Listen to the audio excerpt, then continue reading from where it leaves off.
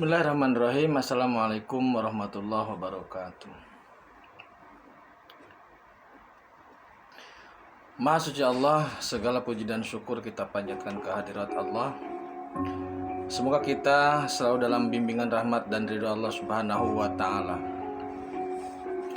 Subhanallah walhamdulillah astagfirullah wallahu akbar. Kembali saya dari tim Rajal Nusantara.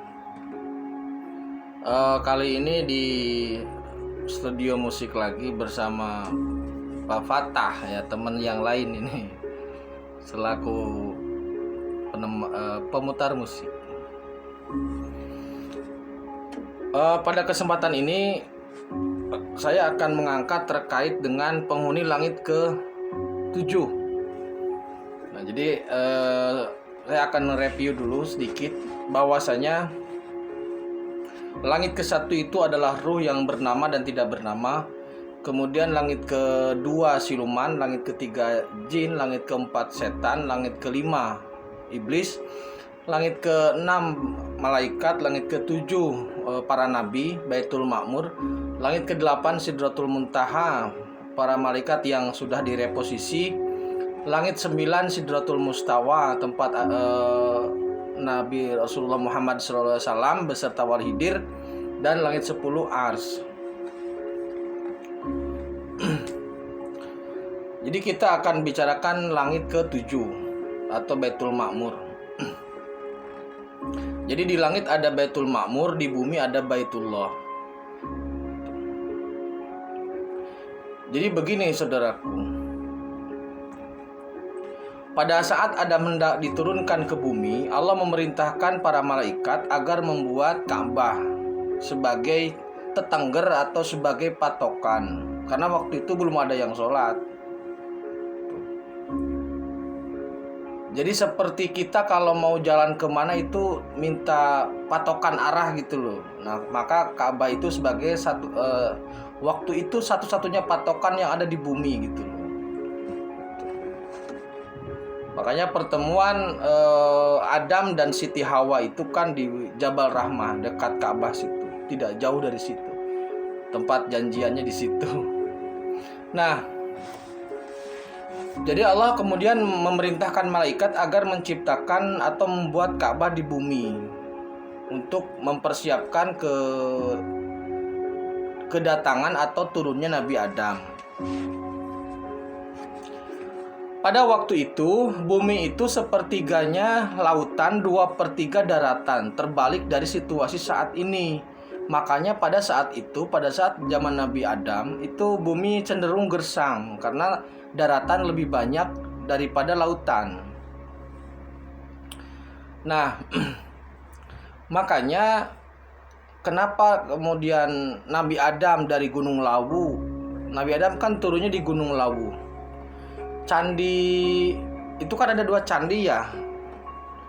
Candi yang ada gambar manusia bersayap, di situ Nabi Adam turun. Saya lupa suku apa ceton nama candinya. Suka kebalik-balik itu. Yang ada gambar manusia bersayap, di situlah Nabi Adam turun. Jadi Kanjeng Sunan Lawu yang waktu itu membuat candi itu sangat tahu bahwasanya itu adalah portal langit.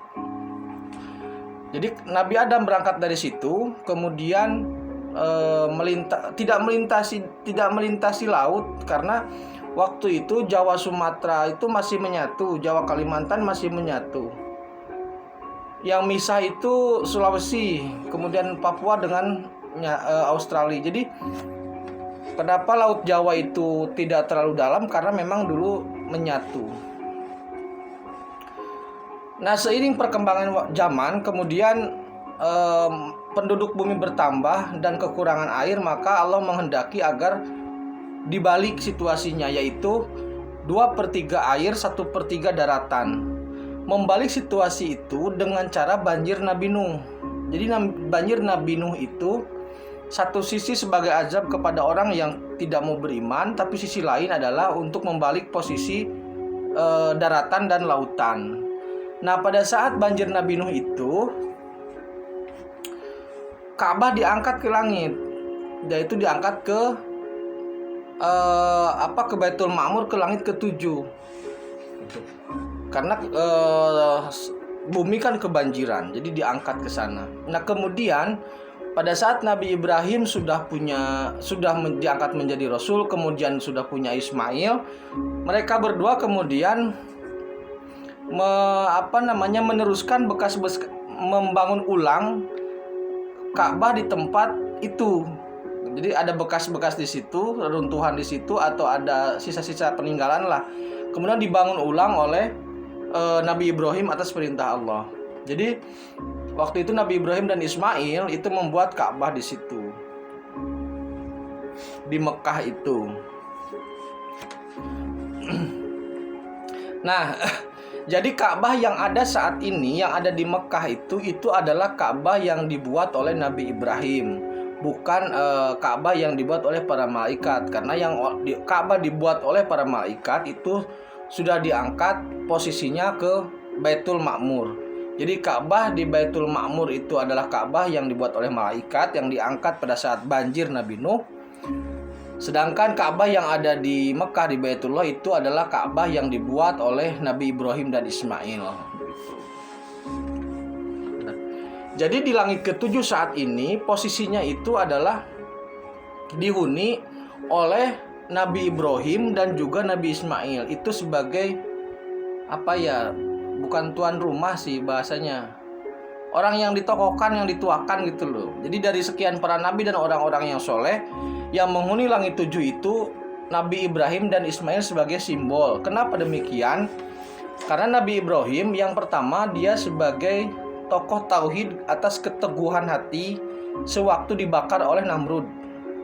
Kenapa Ismail? Karena Ismail simbol keteguhan hati ketika diminta mau disembelih. Jadi anak dan bapak ini simbol keluarga yang sempurna sebenarnya. Makanya di dalam sholat kan Ali Ibrahim, Ali Ibrahim, Ali Ibrahim. Jadi keluarga Ibrahim. Nah jadi di Baitul Ma'mur langit ketujuh itu disimbolkan oleh, maksudnya tokoh-tokoh yang ikonik lah kalau zaman sekarang mah, yaitu Ibrahim dan Ismail. Tetapi selain itu, selain orang dua itu, selain nabi yang dua itu, ada juga nabi-nabi yang lain, termasuk Musa, Isa, Zulkifli, Yahya, semua di situ. Termasuk para sahabat Nabi atau orang-orang soleh, semua di situ. Orang-orang besar itu di situ. Jadi susunan langit yang saya sampaikan ini sebenarnya tidak sama dengan susunan langit pada zaman ketika Rasulullah menyampaikan ketika zaman sebelum kebangkitan agama tauhid. Kenapa berbeda? Karena kalau dulu itu setiap lapis langit, setiap tingkatan langit itu ada nabinya. Umpamanya Nabi Adam langit 1 gitu, Nabi Musa langit 6, Nabi Ibrahim langit 7. Itu ada, setiap langit itu ada tingkatan langit, itu ada nabi yang berposisi di sana. Namun untuk saat ini setelah deklarasi penegakan agama tauhid, itu semua nabi itu dikumpulkan di langit ketujuh bersama Nabi Ibrahim gitu loh, bersama Nabi Ismail. Jadi di langit yang lain itu dimensi langit 1, 2, 3, 4, 5, 6 itu di sana tidak ada para nabi. Para nabi dikumpulkan semua bersama orang besar, orang soleh di langit ketujuh di Baitul Ma'mur itu. Nah kemudian kalau kalau Rasulullah, di mana Rasulullah itu adanya di langit 9, di Sidratul Mustawa, tempat saat baginda Rasul menerima perintah sholat. Jadi Nabi jejak yang paling bersejarah ketika menerima perintah sholat di langit 9, maka sekarang di langit 9. Nabi Ibrahim itu sangat erat kaitannya dengan Ka'bah, maka dia sekarang pun menjaga atau menunggui atau dekat dengan Ka'bah yang dulu ada di bumi, yang diangkat ke langit atau ke Baitul Ma'mur. Begitu. Itu terkait dengan pembuatan Ka'bah dan penghuni langit ketujuh. Demikian terkait dengan penghuni ke-7 ya. Sepertinya sudah lengkap ya. Langit 1 sudah, langit 2, 3, 4 sudah, 5 sudah, 6 sudah, 7 sudah, 8 sudah, 9 mungkin 9 nanti apakah akan ditambahkan atau tidak. Tapi intinya semua langit sudah dikupas, kecuali ars memang tidak diizinkan untuk dikupas. Demikian, terima kasih.